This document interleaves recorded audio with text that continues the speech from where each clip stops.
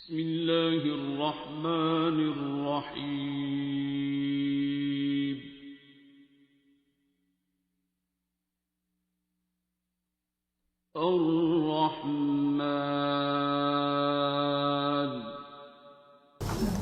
मरीज़ हमारे पास शिफ्ट हुआ कि ये मुख्तलिफ़ हस्पतालों से होता हुआ हमारे हॉस्पिटल आया।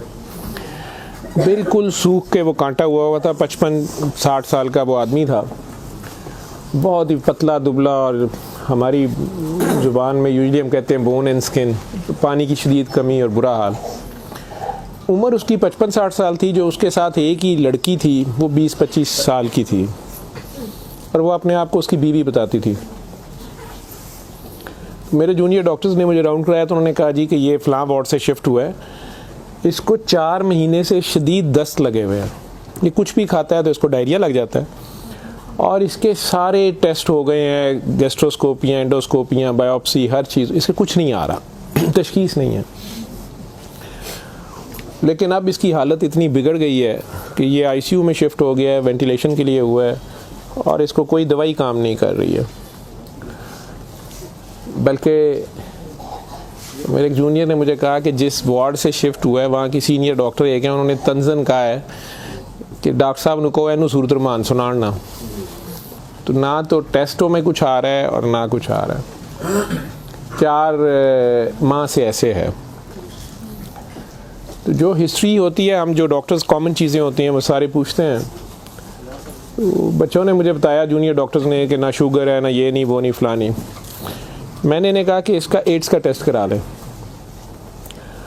तो बच्चों ने कहा कि जी पिछले साल इसका एड्स का टेस्ट मेयो हॉस्पिटल में हुआ था, तब भी इसको इसी तरह डायरिया लगा था और वो नेगेटिव है, और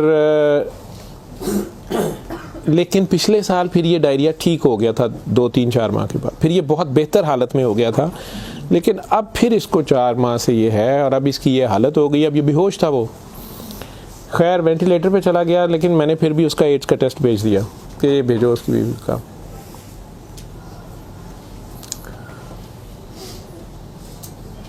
सूरा रहमान हमारे आईसीयू में वैसे ही लगती है, सुबह दोपहर शाम, कई बार मिस हो जाए, दिन में कम से कम एक बार ज़रूर लग जाती है। कोई ना कोई डॉक्टर नर्स ड्यूटी अपनी समझ के इसको लगा देते हैं।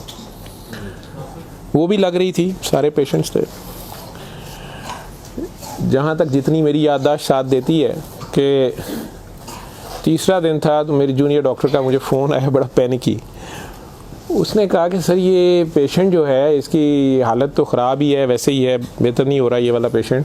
इस पर अचानक एक चेंज आई है कि ये सूरा रहमान जब भी लगती है, मैंने नोट किया है, लेकिन नर्सेज सुबह से बता रहे थे, लेकिन मैंने ये नोट किया अब कि जब भी लगती है इसके नाक और मुंह से वैसे उसके पाइप डाला हुआ था, फेफड़े, हम सांस उसको मशीन, सांस वाली मशीन से जो है ना वो उसके लिए पाइप डाला हुआ था, नाक में भी एक नाली थी मैदे के लिए, बेहोश था।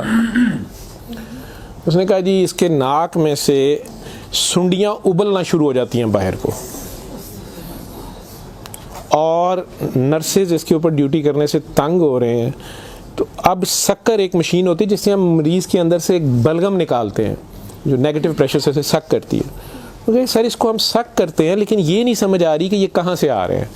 मैंने कहा इसके मैदे से खींच के देखें, उन्होंने कहा जी उधर से नहीं आ रहे। मैं कि इनकी सांस वाली नाली से आ रहे हैं, जी उसमें से भी नहीं आ रहे।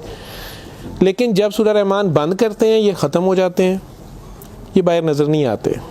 यहाँ हमारी हड्डियों में खाली जगह होती है, उन्हें हम साइनस बोलते हैं डॉक्टर्स। तो मैंने कहा यार फिर इसके ये साइनस से आ रहे हैं, और मेडिकली हम इसे मैगट्स इन्हें कहते हैं हम। शुगर का मरीज़ बेचारा आखिरी स्टेज पे, कई बार उसके ज़ख़म बहुत ख़राब हो जाए तो उसमें कीड़े कई बार पड़ जाते हैं इस तरह। लेकिन ये चीज़ मैंने नहीं सुनी थी, और ना ही उसकी कोई, ना वो शुगर का मरीज़ था ना कुछ और था।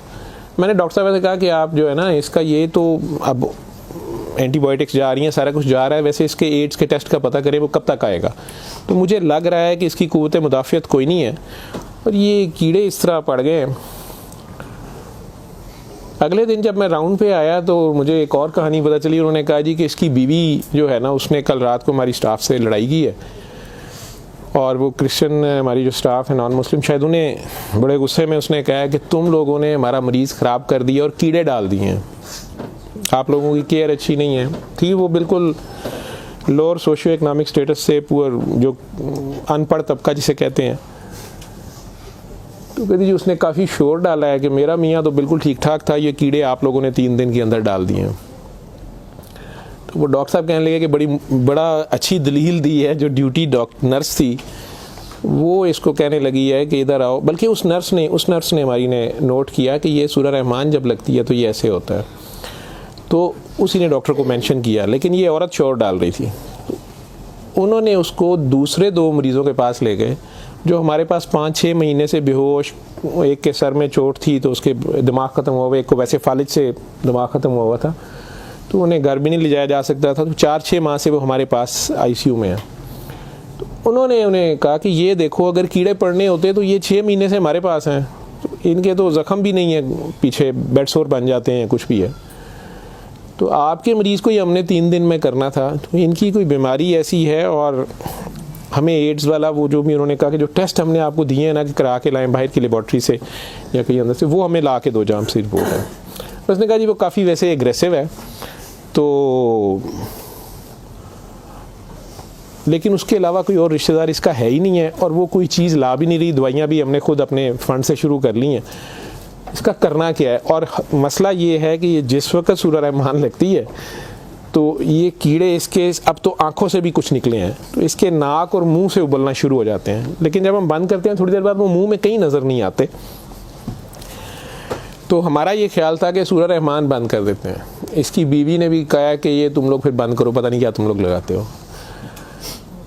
तो वो जो हमारी नॉन मुस्लिम सिस्टर थी, उन्होंने उसे कहा कि मेरी बात सुनो, मुझे नहीं पता इसे क्या बीमारी है, लेकिन वो इसे प्रेयर कहती थी। उन्होंने कहा जब ये प्रेयर लगती है ना, ये कीड़े इसको छोड़ के भागते हैं, ठीक है।